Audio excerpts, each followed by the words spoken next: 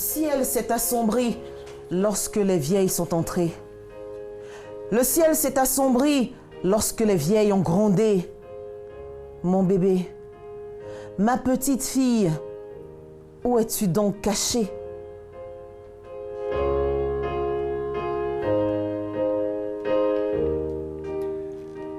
Les vieilles sont fâchées. Leur bouche tordue crache. Comment oses-tu? Tu le sais que c'est pour son bien. C'est pour son bien.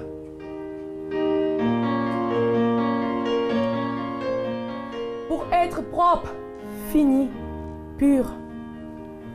Pour trouver un mari. Pour fonder un foyer qui dure toute la vie. Être de notre communauté, reconnu digne dans la société. Le sang coule sans s'arrêter, sans s'arrêter, sans s'arrêter.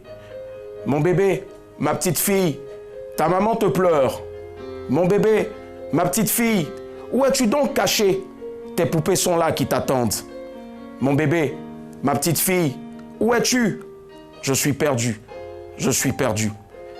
C'est sur ces quelques vers de poésie de Francine Mathius qui lutte contre les mutilations génitales féminines que nous allons ouvrir les portes de ce programme. Madame, Monsieur, bonsoir.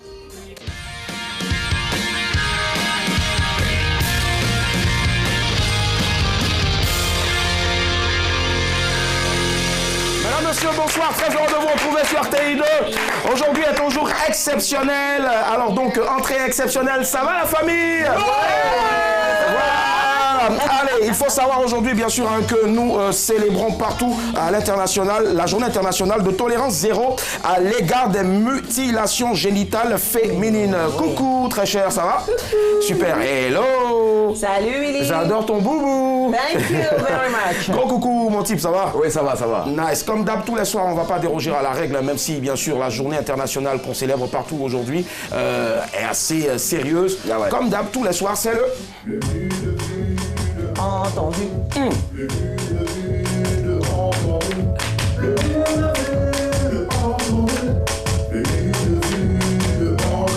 Démarrons avec bien sûr le vu entendu. Avant, bien sûr, on fait un gros coucou à Derka, DJ, et puis aussi à RL Photographie, notre chef plateau, le grand Jean-Noël. Coucou, Mélie. Coucou. Qu'as-tu lu, qu'as-tu vu, qu'as-tu entendu? Alors, moi je dirais, si on remplaçait la mutilation par l'éducation, tel est le souhait d'une jeune Kenyane nommée Nice Nailante Langete. Elle a décidé de faire de l'excision son combat. Enfant, elle a été la seule fille de son village à ne pas être excisée, mais elle en a été témoin. En 2018, elle a été classée parmi l'une des personnes les plus influentes du monde par le magazine Time. Grâce à elle, au Kenya, chez les Maasai et en Tanzanie, les mutilations ont été réduites. Donc, félicitations à cette grande dame. Ça marche. Merci infiniment. En tout cas, tu as eu le nez creux ce soir aussi. Merci. Et ça matche tellement bien avec le thème que nous célébrons.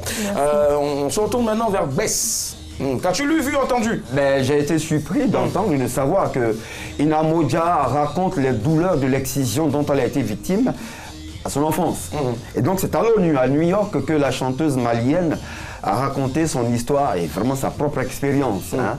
Elle disait comme cela qu'elle a été excisée sans savoir vraiment le pour et les tenants et les aboutissants, simplement parce que pour elle c'était un crime dont elle a été victime. Je raconte et je répète encore une fois.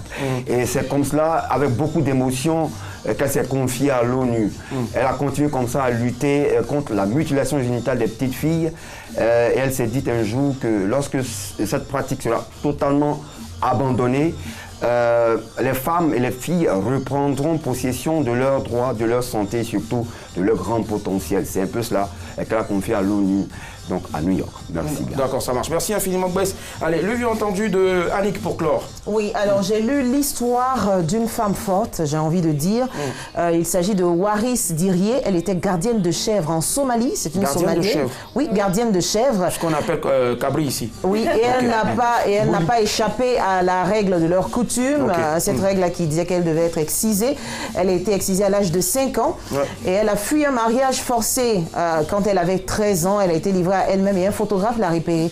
Donc elle a été mannequin et top modèle. Elle a réussi à aller au-dessus de ses troubles, de sa douleur psychologique et physique en même temps. Et aujourd'hui, elle est ambassadrice de l'ONU qui lutte contre les mutilations génitales féminines avec 2 beaux enfants qu'elle couponne et qui viennent d'elle, bien sûr. J'invite toutes les femmes à avoir ce courage-là et à être beaucoup activistes en ce qui concerne la lutte contre les mutilations génitales féminines. Ça marche en tout cas. Merci infiniment à vous toutes et surtout à toi aussi, Bess, voilà, pour votre contribution. C'est la journée internationale de tolérance zéro quand on parle bien sûr de mutilation génitale féminine. Et on vous ouvre maintenant bien sûr les vannes de quoi? Des news, c'est parti. News, actu, people, insolite, mettez dans un shaker, vous secouez fortement et le tout vous est servi dans les news de Madame, Monsieur, bonsoir. Mutilation génitale féminine, formation et information des adolescents pour la tolérance zéro. Selon l'ONU, 200 millions de filles et de femmes en vie aujourd'hui ont subi une mutilation génitale féminine, MFG. Ces mutilations sont principalement concentrées en Afrique et au Moyen-Orient. Mais il y a des cas en Asie, en Amérique latine et du Nord, en Europe occidentale, en Australie et en Nouvelle-Zélande. Dans certaines cultures, les mutilations génitales féminines sont considérées comme des rites de passage à l'âge adulte et comme des conditions préalables au mariage. Mais les conséquences de ces pratiques peuvent s'avérer catastrophiques pour la femme. La journée du 6 février est décrétée journée internationale de la tolérance zéro pour les mutilations génitales féminines. Cette année, le thème chez nous est le suivant: investir dans les adolescents filles et garçons à travers la formation et l'information afin d'assurer l'atteinte de l'objectif tolérance zéro aux mutilations génitales féminines. Bonne nouvelle, Wele Soyinka guéri du cancer. L'écrivain Wele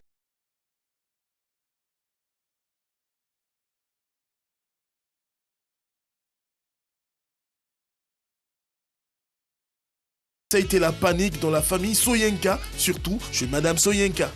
Mais après 10 mois d'un traitement dit de protonthérapie, l'écrivain est guéri de son cancer de la prostate. À 85 ans, c'est donc une nouvelle vie qui commence pour cet immense écrivain.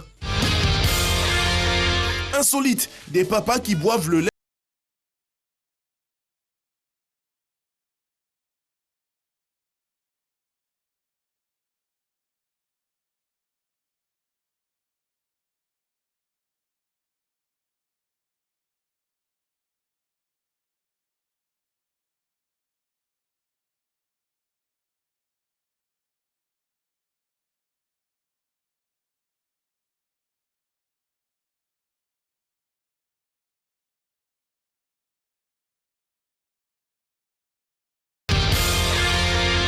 Incroyable! Le milliardaire volait de la nourriture à la cantine. C'est l'histoire d'un trader dans l'une des plus grandes banques du monde. Ce trader est l'un des plus efficaces et l'un des mieux notés de son département. L'homme gagnait plusieurs milliards de francs CFA de salaire annuel. Malgré cet argent, le trader volait de la nourriture à la cantine de la banque. Il y a quelques jours, il a été pris en flagrant délit de vol de nourriture à la cantine.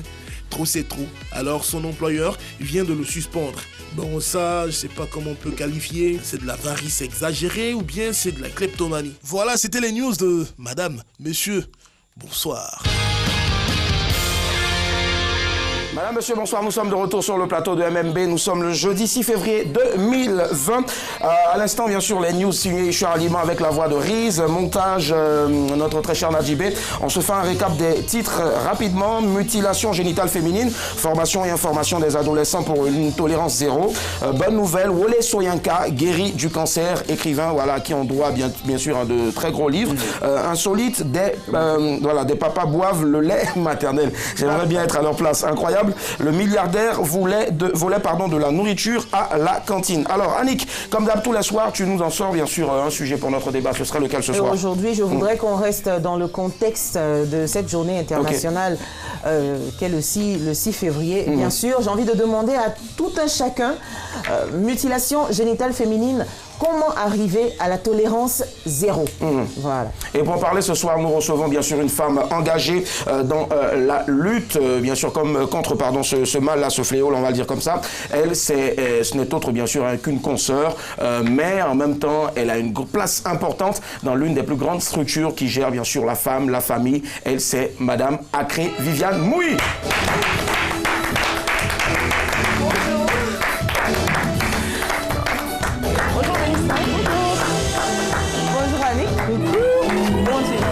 Bonjour Willy, on fait à toi alors. Ça va. Merci. Yes. Oui. Ça va? À toi. Bien. Tu mets dans ma carte installée. Allez. Asseyez-vous par là. Par là. Allez. Voilà. Ma salutation, s'il vous plaît, pour votre invité. Voilà. Allez, puisqu'elle est installée, aujourd'hui, on a dérogé à la règle. On va demander à Patricia Yeo de nous balancer maintenant le jingle débat. Madame Acré Viviane Mouy, bonsoir. Comment ça va? Bonsoir Willy. Madame, monsieur, bonsoir. Bonsoir. Je pense que c'est bien dit, ça résume bien en même temps.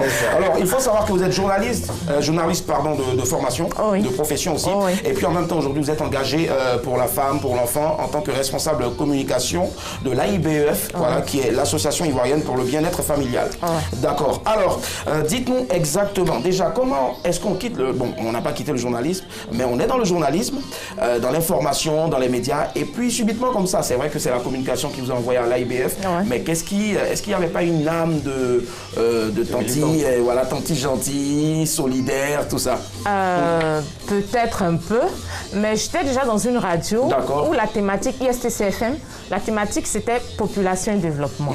On peut dire que c'est la continuité parce que là c'est les OMD, bon maintenant c'est ODD, les objectifs pour le développement durable, et c'est ce que je faisais tout le temps.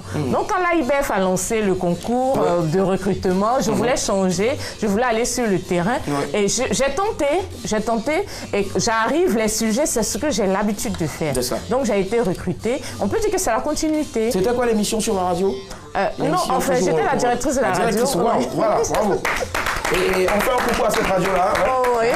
ISTCFM. ISTCFM, voilà, c'est toujours ça. Annie pensait quelque chose. Faites-y un tour, c'est clair. Ça marche. Alors, on rappelle le sujet de ce soir, mutilation génitale féminine, comment arriver à la tolérance zéro. Alors déjà, on va arriver dans pas longtemps seulement, bien sûr, avant la fin de l'émission, sur les actions menées par l'AIBF que vous représentez ce soir. Mais déjà, on veut savoir, mutilation génitale, on en parle. C'est quoi déjà la mutilation génitale? Est-ce que c'est différent de l'excision ou est-ce que c'est une autre forme pour amoindrir bien sûr la douleur subie par ces femmes-là? Bon, l'excision fait partie des mutilations génitales féminines.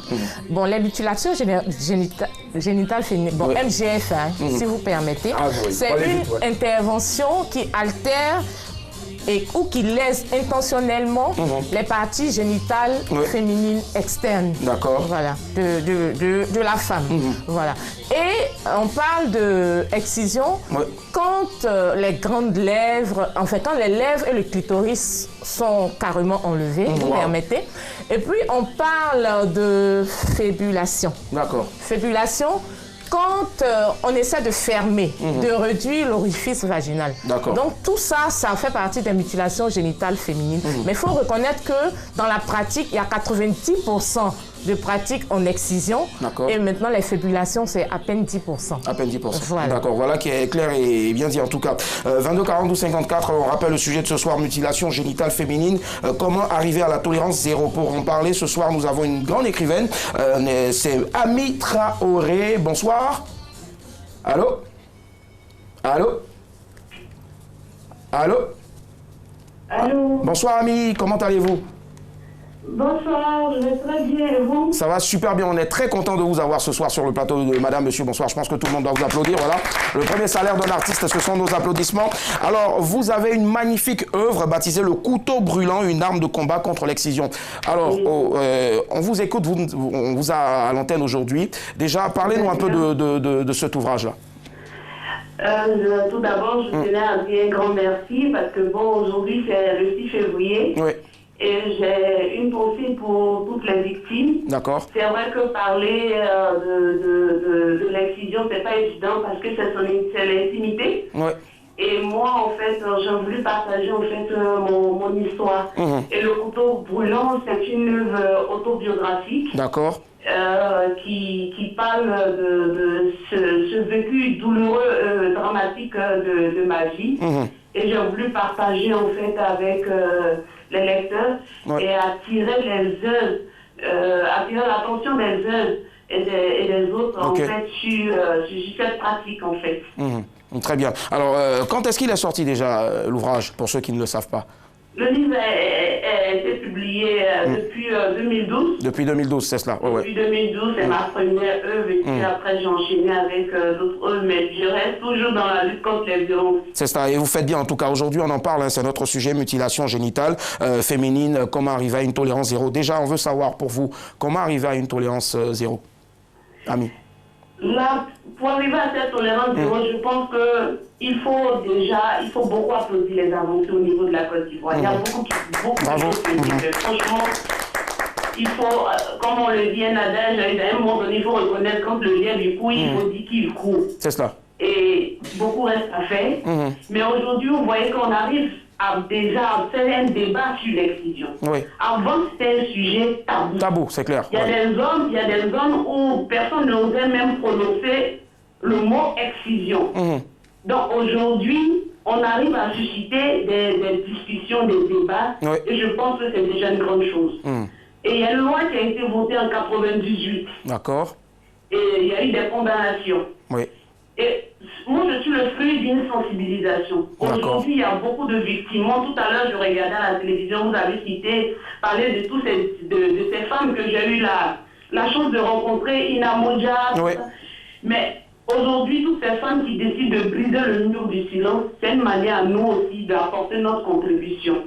Et aujourd'hui, pour arriver à cette tolérance zéro, il faut surtout investir les jeunes. Surtout la jeunesse aussi aujourd'hui. Parce que le problème de l'excision aujourd'hui, c'est une question de société. Ce n'est plus une question de femmes. C'est une question qui concerne tout le monde. Donc chacun doit jouer son rôle et donner la place aux jeunes. Parce qu'aujourd'hui, vous avez un outil qui manie très bien, c'est les NTIC, les réseaux sociaux.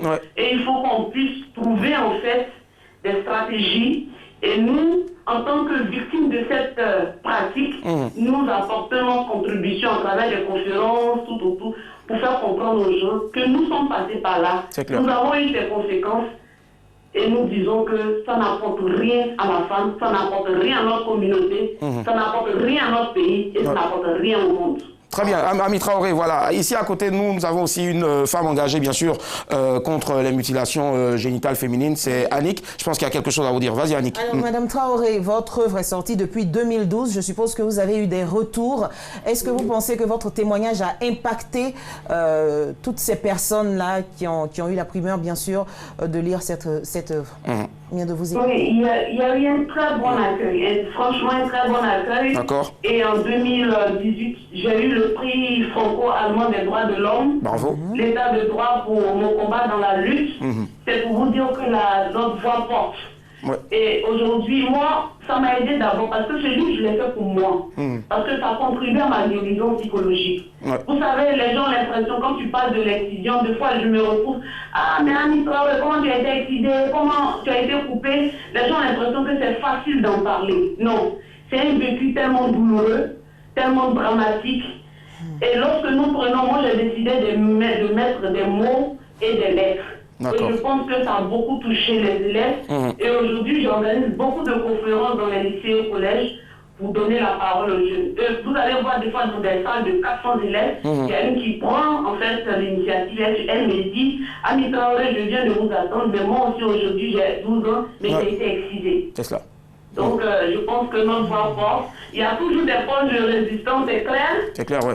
Voilà, mais nous allons continuer à sensibiliser, à apporter les formations et la formation aux nos différents leaders et voilà, à toutes les personnes qui peuvent nous aider dans cette lutte. C'est ça, vous l'avez dit tout à l'heure, hein. En tout cas, moi je vais ajouter pour dire que dans un sac de riz, quel que soit le raffinement du riz, ben, il y aura toujours des grains noirs qu'il faudra trier, quoi, voilà. Et nous, on sera toujours là pour vous soutenir. Ici, avant bien sûr de vous laisser partir, Ami Traoré, on a bien sûr Madame Acré Viviane Mouy qui est avec nous, elle est responsable de communication à l'IBF. Est-ce que vous avez déjà eu à mener des actions ensemble?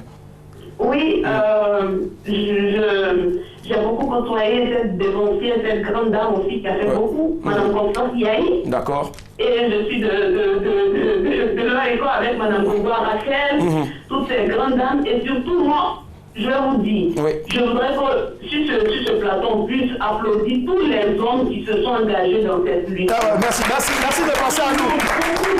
Merci. Dans cette lutte-là, aujourd'hui, qui ont dit non à l'excision. C'est pour vous dire combien de fois notre lutte porte. Et c'est plus une question de femmes. Et je tenais à dire un grand merci à tous les médias, parce que c'est ensemble que nous allons arriver à cette génération sans excision. Merci infiniment, Madame Ami Traoré. C'est un réel plaisir de vous avoir. Merci du fond du cœur et bonsoir. Allez, pêchez-vous. Voilà. Au revoir. Madame Akré Viviane Mouy, voici un témoignage, bien sûr, donc de notre première appelante. Elle est écrivaine. Est-ce que vous la connaissiez auparavant? Oui, j'ai entendu parler d'elle. Elle fait beaucoup sur le terrain, sur le plan international aussi. D'accord. Est-ce qu'aujourd'hui, quand on parle de mutilation génitale féminine en Côte d'Ivoire, est-ce qu'on a des chiffres? Oui, oui. Il y a des chiffres et selon, vous permettez, selon EDS Miss 2011-2012, dans le Nord, il y a 73,7% de filles de 73,7%, ça c'est le taux de prévalence dans le nord de la Côte d'Ivoire. Et parmi ces personnes-là, les filles 11% des filles de 0 à 14 ans ont été mutilées dans le nord. Et de façon générale en Côte d'Ivoire, le taux de prévalence est de 38%. Et les zones où il y a vraiment où la pratique est vraiment récurrente, c'est comme je l'ai dit tout à l'heure, au nord et à l'ouest du pays. Au nord et à l'ouest du pays. D'accord. Et au niveau de l'AIBF, on fait des sensibilisations, mais aussi on répare. Parce que dans l'une des conséquences, peut-être qu'on va revenir. On va y arriver d'ici la fin, bien sûr. La réparation, on va appeler ça aussi reconstruction, si c'est cela. 22 42 54. Bonsoir à vous, monsieur Ngouran. Bonsoir, monsieur. Comment allez-vous? Oui, ça va bien. Super, vous nous appelez de Abobo? Oui, j'appelle. Très bien, mutilation génitale féminine, comment arriver à la tolérance zéro? On vous écoute, monsieur Ngouran. Bon, tout d'abord, j'aimerais souhaiter des hommages à toutes les femmes qui ont subi vraiment cette maltraitance. D'accord. Parce qu'aujourd'hui, on peut dire depuis la journée, je suis l'actualité de presse. Que vraiment, je vois qu'aujourd'hui, c'est une journée où on doit rendre hommage aux femmes. C'est ça. Et toutes celles qui ont subi vraiment cette maltraitance. Et aussi, j'ai croisé une camarade aussi qui est victime de cette mauvaise pratique. D'accord. Donc, je pense que ça vraiment, ça me fatigue moralement. Donc, je voulais au moins donner quelques idées aussi à certaines solutions. Allez-y, Madame Akré Viviane Mouy est là. Allez-y. Elle prend note. Voilà. Donc, maintenant, je dis merci à toutes ces femmes, ces braves femmes qui luttent pour que cette maltraitance cesse. Mais je peux aussi dire que le problème se trouve sur le terrain. D'accord, sur le terrain, allez-y. Parce qu'actuellement, il y a d'autres communautés qui prennent cette pratique comme de l'émission. D'accord. Et ils essaient de camoufler. Vous voulez plus parler de culture, au fait, de tradition et non religion. Voilà, c'est ça. Allez-y. Voilà. Et ils essaient de camoufler. Lorsque certaines autorités arrivent sur les lieux, on voit sur la télé, si cette pratique vraiment existe ici, ils ne font que cacher. Donc vraiment, j'aimerais dire à toutes les personnes qui sont chargées de vraiment la ressource de faire pour que cette maltraitance cesse totalement. S'ils peuvent encore mettre des mesures efficaces pour que vraiment cela cesse totalement. D'accord. Ça marche. Monsieur Ngouran, en tout cas, on a compris l'essentiel. Merci infiniment à vous pour votre participation. Et je suis sûr que c'est madame, votre épouse, qui en sera fière. Merci et bonne soirée à vous. Bye. D'accord. Merci. Merci. Madame Akré Viviane Mouy, vous avez entendu à monsieur Ngouran. Il a parlé surtout de culture. Alors, nous sommes en Afrique. On sait que la tradition, c'est assez important. Est-ce que souvent aussi, je veux dire, le fait de vouloir, on parle aujourd'hui de tolérance zéro, est-ce qu'on ne fait pas aussi fi, bien sûr, de la tradition? Est-ce qu'on n'oublie pas souvent la tradition? Parce que forcément, chez d'autres, ça fait partie de la tradition. Bon, les études, et puis sur le terrain, on a vu que c'est la tradition. D'accord. Puisque c'est une norme. pour passer de l'âge de l'adolescence à l'âge adulte, on va vous exciser, on va vous mutiler et on trouve normal. Mais il faut que ça change, il faut que les gens comprennent, il n'y a pas d'avantage, il n'y a que des inconvénients. Il faut que les parents comprennent, on respecte la tradition, c'est mieux de garder ce qui est bon. Parce que quand elles vont dans la forêt, on leur donne des enseignements. C'est cela. On peut garder les enseignements, mais on n'est pas obligé de blesser. Est-ce que vous imaginez un peu? La douleur. Quand on enlève ce cheveu, vous voyez la douleur que ça fait. Jusqu'à ce qu'on prenne une lame et puis blesser la personne dans la partie la plus intime. Vraiment, on essaie de sensibiliser. Il faut qu'on comprenne qu'on peut laisser certaines choses. Surtout les pratiques néfastes. Parce qu'il y a des morts, il y a beaucoup de drames. Et aussi souvent avec des lames qui ne sont pas forcément stérilisées. Il y a beaucoup de des infections, le tétanos, il y a vraiment beaucoup. Il n'y a pas d'avantage. Il n'y a pas d'avantage que des inconvénients. Tout ce qu'ils disent, que ça permet à la fille d'être fidèle, ça ne tient pas. C'est cela. Ça ne tient pas. Voilà, ça ne tient pas, voilà. C'est Donc bien dit en tout cas. On respecte la tradition, nous sommes tous africains, nous avons nos origines, on respecte la tradition. C'est pour ça que le thème de cette année me plaît beaucoup. Parce que quand on investit dans les jeunes, de plus en plus, les jeunes vont à l'école, de plus en plus, on essaie d'éclairer nos parents qui n'ont pas été à l'école. Je crois que c'est un travail de longue haleine, mais on ne doit pas se décourager. Il faut que les parents comprennent que si tu aimes ta fille, il ne faut pas faire ça. D'accord, je pense que c'est bien dit et c'est une mère aussi qui parle. 22 42 54. Bonsoir à vous, Alphonse. Oui, bonsoir. Vous nous appelez de Yopougon? Oui, c'est ça. Très bien, on vous écoute, Alphonse. Bon, déjà, nous avons une bonne pensée pour toutes les filles, toutes les femmes qui ont subi les décisions de l'utilisation médicale. D'accord. Et concernant la tolérance zéro, j'ai dit déjà qu'il faut voter des lois. Des lois pour protéger toutes les filles qui naissent. D'accord. Déjà, s'il vous plaît, parlons de loi. On va faire une pause, s'il vous plaît. Désolé, Alphonse. Madame Acré, est-ce qu'il y a déjà des lois contre les mutilations? Bon, le code pénal, parce qu'il y a la répression. C'est cela. Il y a la répression. Et je sais qu'actuellement, il y a une loi qui est en cours, enfin, la loi sur la santé. C'est cela. Sur la loi SR, sur la santé reproductive. D'accord. Et qui prend en compte tous ces aspects-là. La dignité de la femme, la dignité de la personne humaine. Je pense que déjà, le gouvernement aussi est à saluer. Il fait un gros boulot. Allez-y, poursuivez, Alphonse. Oui, mais en prenant la femme, si la loi n'est pas précise et elle ne peut pas lutter carrément contre la mutilation qui est un crime en fait. D'accord, pour vous c'est un crime, c'est un crime, ça on le sait tous déjà. Donc oui, allez-y. Il faut que des lois soient votées et les préfets représentent l'État mettre en application ces lois. D'accord. Des lois qui sont avec des amendes et des peines de prison. Elle a dit, c'est ça, allez-y, il y a la répression aussi qui se fait déjà. Oui, allez-y. Et après, si vous voyez, il faut un suivi. C'est-à-dire, lorsqu'on sait qu'il y a une brigade, une police, qui suit ou qui contrôle les violations criminelles des enfants de 0 jusqu'à 15 ans, je crois qu'on connaît des régions en Côte d'Ivoire qui sont concédées par cette institution. Oui, elle a donné les chiffres tout à l'heure. Commencer à sensibiliser et à faire comprendre qu'ils auront des peines et des prisons. Arrête plutôt même pas à agir avec des gens. Il ne faut pas les caresser dans les sanglots, c'est ça. On a des cadres qui sont dans ces régions-là. D'accord. Les cadres qui sont même d'informer leurs parents. Peut-être c'est la tradition. Mais on comprend que certaines traditions sont à l'écoute. Ok, d'accord. Donc, je pense qu'il faut une première réflexion que les gens comprennent. La prison, en général, c'est cette personne a changé. D'accord. Merci Alphonse. Oui. Ils n'ont pas de réflexion, pas de prisons, ils agissent infiniment. D'accord. Voilà, il faut agir avec force. D'accord. Parce que souvent, la violence, disons, pour les brigades peuvent amener certaines personnes à marcher fort. Ok, ça marche. Alphonse, merci infiniment. Moi, déjà ce soir, on vous fait ambassadeur, bien sûr, de la lutte contre les mutilations génitales féminines. Merci infiniment. Bonne soirée à vous. Okay, d'accord. Alors, Madame Acré, Viviane Mouy, tout à l'heure, on a parlé aussi, bien sûr, du fait que l'excision fasse partie de tout ce qu'on appelle mutilation. Est-ce qu'il y a encore d'autres mots, quelles sont les autres formes aussi de mutilation subies par les femmes, à part l'excision? C'est les deux, Il y a l'excision et l'infibulation. L'infibulation, mais il y a 4 sortes, mais c'est des démembrements de l'infibulation. Donc on peut quand même les classer en 2 groupes. En 2 groupes, d'accord, ça marche. Je pense que là maintenant, on va arriver à l'étape où on va parler de reconstruction, réparation, mais avant on a un petit extrait et puis on revient à vous. C'est parti. Alors, rebonjour. Alors, c'est le même jour, j'ai fait une vidéo il y a quelques temps. Alors, j'ai vu un commentaire d'une femme qui me demandait si après 2 mois, plus ou moins, c'est normal d'avoir mal.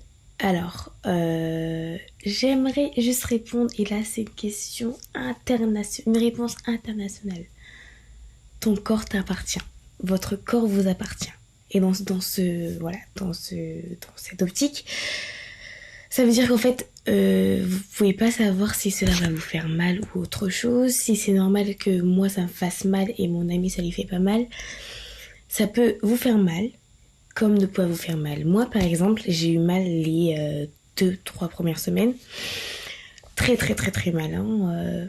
Non, plus la première semaine, après les 2 autres premières semaines, c'était un peu dur, mais moins mal. C'est juste que j'avais du mal à me remettre en place, à pouvoir remarcher tranquillement. Mais la douleur était moindre. Mais j'ai une amie à moi qui l'a fait 1 semaine avant moi et qui, elle, après 4 mois, avait toujours mal. Je veux vous dire par là que la douleur est différente d'un corps à l'autre. Par contre, si vous sentez qu'il y a quelque chose d'anormal ou autre chose, allez voir directement votre chirurgien, celui qui vous a fait l'opération. Parce que dans ce processus, c'est eux qui savent le plus. C'est la gynécologue, à moins qu'elle soit vraiment très perfectionnée ou autre chose, vous pourrez aller la voir, mais moi je vous conseillerais réellement d'aller voir la personne qui vous a opéré, parce que c'est la personne qui sait le plus, qui est diplômée, qui a déjà eu affaire à ça. Et donc voilà, qui pourra peut-être vous donner des calmants, vous dire quoi faire dans ces moments-là, vous essayer de vous calmer d'une autre manière.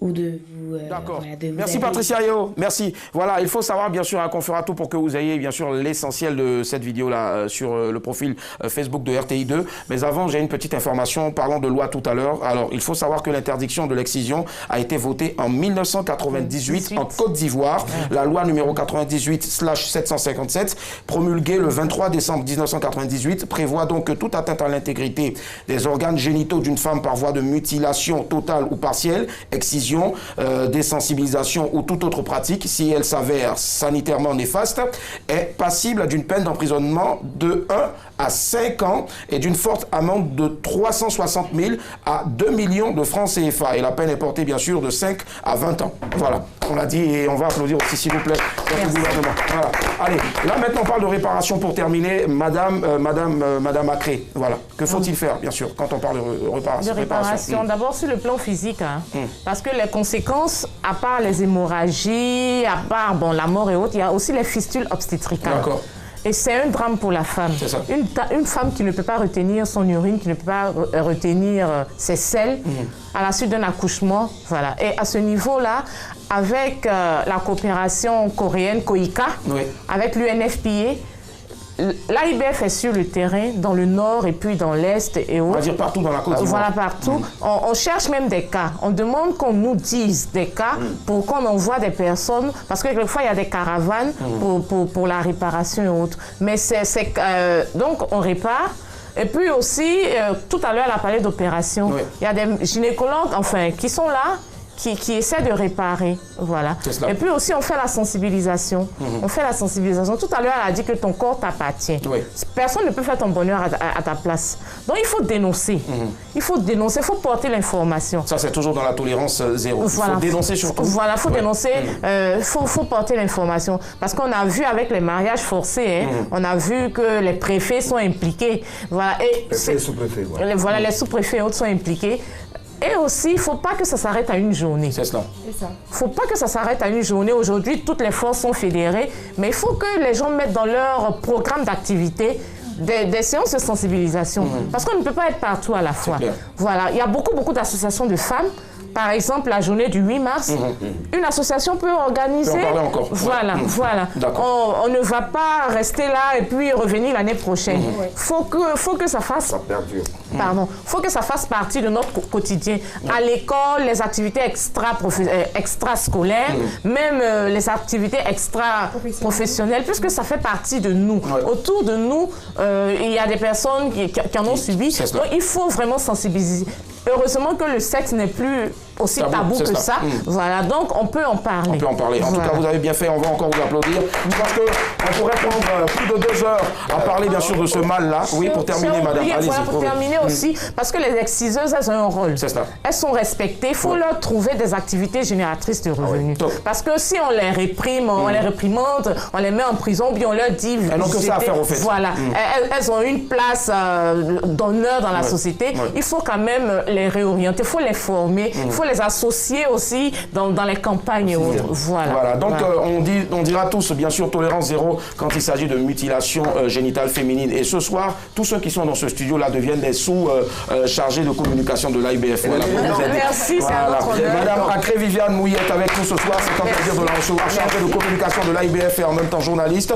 On part maintenant pour le micro flottant. La question de ce soir, c'est à quoi servent les larmes? C'est parti, Patricia Yo.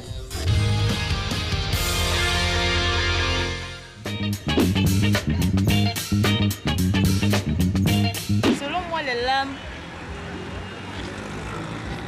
c'est quand quelque chose me fait mal, tu peux pleurer, genre les douleurs, ou bien par émotion quand tu peux pleurer. Les larmes, ça c'est une question. Quand on pleure, c'est là, les larmes coulent. Les larmes servent à pleurer. Les larmes. Bon, les larmes servent à évacuer le stress souvent. Souvent aussi ça dépend, ça peut arriver que tu es dans le bonheur, tu arrives à couler les larmes. Les larmes.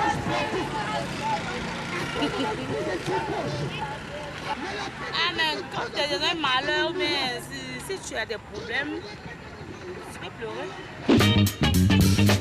Larmes quoi? Larmes. Les larmes servent à pleurer. La larme, ça sert à l'émotion souvent, ou bien soit quand tu annonces une mauvaise nouvelle. L'émotion. Les larmes servent à beaucoup de choses. Souvent quand il y a un souci, il y a des larmes de joie, il y a des larmes de malheur. Les larmes servent à tout. Moi, chez moi. Les larmes. Ça peut être les larmes de joie ou bien les larmes de douleur. Les larmes. Vous pleurez. Les larmes quoi. Et là de vous pleurer, de vous rire, et bien d'amuser ça. Les larmes, ça monte dans l'air, ça veut dire que...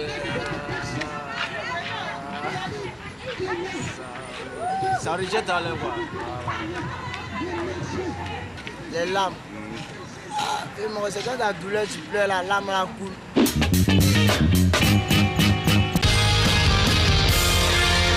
Nous sommes de retour, vous suivez même, madame, monsieur, bonsoir, du lundi au vendredi à partir de 19h45. Nous recevons ce soir madame Acré Viviane Mouillet. Franchement, je pense que votre époux, il doit être fier d'avoir une femme aussi belle et dynamique. Voilà, et voilà, on lui fait un gros coucou. Voilà. Allez, à quoi servent les larmes? On en parle maintenant, Annick? Alors, les larmes, tout simplement, nettoient et protègent les yeux. D'accord. On va le dire. Voilà. Quand on a un grain de poussière, pour éviter les bactéries, tout ça, c'est à ce moment-là que les glandes lacrymales produisent les larmes. Entre autres, les larmes servent aussi à extérioriser nos émotions. Quand vous êtes content, en colère ou encore triste, ou si vous subissez des pratiques telles que les mutilations génitales féminines, il est très souvent bon de pleurer, ça vous permet d'extérioriser, ça vous soulage en quelque sorte. C'est cela. Voilà. Très bien. 22 42 54, on va ouvrir le... Non, que non. Je dois être fort pour toutes ces femmes-là. Non, je pense pas. 22 42 54. Madame Acré Viviane Mouillet est avec nous et elle va participer bien sûr au jeu. Le Qui cherche trouve proposé ce soir, comme d'hab, par la maîtresse des jeux, la belle Mélissa. C'est parti. Jingle. On y va au pas de course. 22 42 54. Mélissa, premier indice. Alors, mes amours, merci de participer au Qui cherche trouve. Aujourd'hui, moi, je souhaiterais que la personne qui remportera cette cagnotte ce soir de 15 000 francs puisse prendre un peu de cette cagnotte pour souscrire à Internet et pour sensibiliser sur les mutilations génitales. Tel est mon souhait. Alors, je vous donne le premier indice. Ça commence par toi déjà, tu fais 5 000 francs sur toi-même, mon téléphone, et puis bien sûr, ça sera avec plaisir. Ouais. Allez, pour premier sauver indice. la vie de certaines personnes. Donc, c'est vraiment important. D'accord. Premier indice, je suis le dernier d'une famille de 4 enfants. Je suis le dernier d'une famille de 4 enfants. Hormis, bien sûr, la mutilation génitale féminine, quelle est la dernière action qui a été posée par l'AIBF? Puisque là, on parle du dernier. L'AIBF a inauguré un centre dédié aux jeunes. Super. Pour leur éducation sexuelle, pour apprendre la parole en public. Donc, il y a la formation technique pour les occuper sainement. Super. À Yopougon-Sidessi, c'est la dernière action. Voilà. Et moi, j'ai beaucoup de souvenirs, en tout cas, à Yopougon-Sidessi. Allô, bonsoir, Yasmine.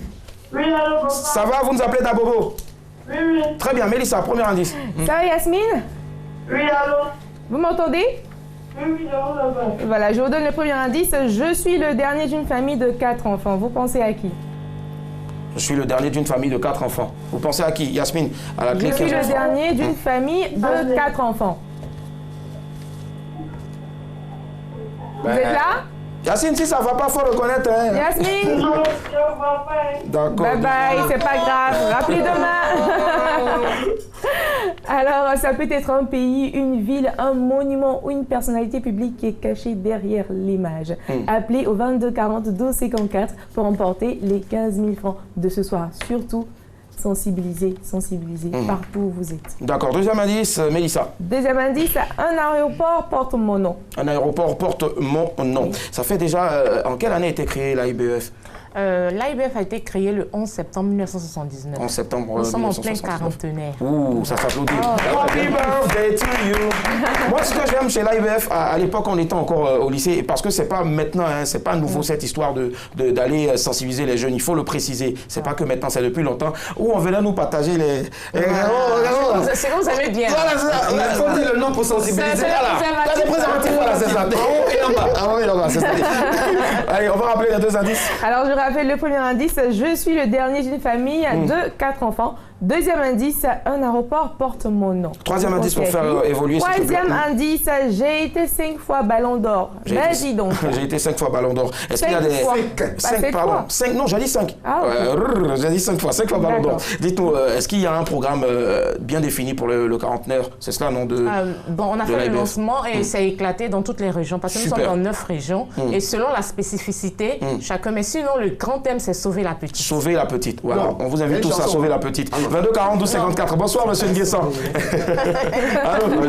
Il propose de faire une chanson. On vous écoute, monsieur Nguessan. Mélissa, rapidement. Premier indice, deuxième et troisième. Premier indice, je suis le dernier d'une famille de 4 enfants. Deuxième indice, un aéroport porte mon nom. Troisième indice, j'ai été 5 fois ballon d'or. Vous pensez à qui, rapidement? 5 fois quand même. 5 fois. 5 fois. Cristiano Vous êtes Ronaldo. sûr? Allô? Oui, vous êtes sûr? Vous ne changez pas d'avis? Yaya Touré? Non. Bon, on a encore. D'accord, voilà. ok. Donc, je 90. vous donne le quatrième indice. CR7 est mon surnom. Pendant ce temps, on découvre rapidement. On découvre. CR7 est mon. Est-ce que vous avez le football? Si c'est Cristiano Ronaldo, vous faites quoi? Je dispensé, c'est ce que Non, j'étais dernière, il faut que je le reconnaisse. C'est maintenant que parce que les enfants s'intéressent, sinon... Ben voilà, vous voyez quoi, monsieur? Vous voyez qui, pardon, monsieur? Ah ben voilà, bravo. Bravo. Il remporte 15 000 francs. Oui, il remporte 15 000 francs ce soir. Au revoir, bébé. Et j'espère que vous allez suivre mon conseil. D'accord, allez, on part rapidement. Qu'est-ce qu'il faut savoir sur Cristiano Ronaldo Alors, ce soir? Cristiano Ronaldo, l'un des meilleurs joueurs de l'histoire du football, a failli ne jamais naître. D'accord. Ben oui, enceinte de lui, sa mère voulait avorter parce qu'elle était submergée par des problèmes d'argent. CR7 est un homme très généreux. En 2015, il avait été désigné sportif le plus généreux de la planète. Hier, c'était son anniversaire. Et je suis... On s'en souvient aujourd'hui. Oui. Merci Mélissa. Bravo à vous, monsieur Nguessan. Happy birthday toujours. Toujours. C'est un grand homme. Hein? Voilà, l'avortement, c'est pas top parce que vous savez pas qui vient au monde. Voilà. Madame Macré, Viviane Mouilly. On va terminer avec ce qui vient maintenant. C'est ce jour-là d'elle. Let's go. Rap.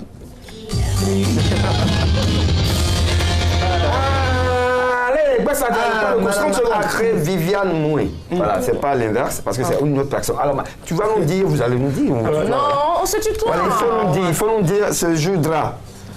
que tu as vécu. Ce jour de dire ça. Il faut dire. C'était au palais présidentiel. L'année passée, on est allé présenter en fait, l'échange de vœux entre le président de la République et la presse. J'étais sapée, j'ai porté une nouvelle chaussure. Ah, mon cœur a commencé, la chaussure me serrait. Je vais faire comment? Non, mais et puis là, mon président n'était pas là. Donc j'étais devant. J'ai souffert, je vais faire comment? Mais les discours ne finissent pas. Ça finit pas, je voulais que vraiment tout, je voulais vraiment rentrer. Et puis après, la cérémonie est finie, le président est passé prendre les photos, mais j'ai sourié jaune parce que mon cœur. C'est comme ça. Ça n'allait pas. Quand le président est parti net, j'ai enlevé mes chaussures. Dans la présidence.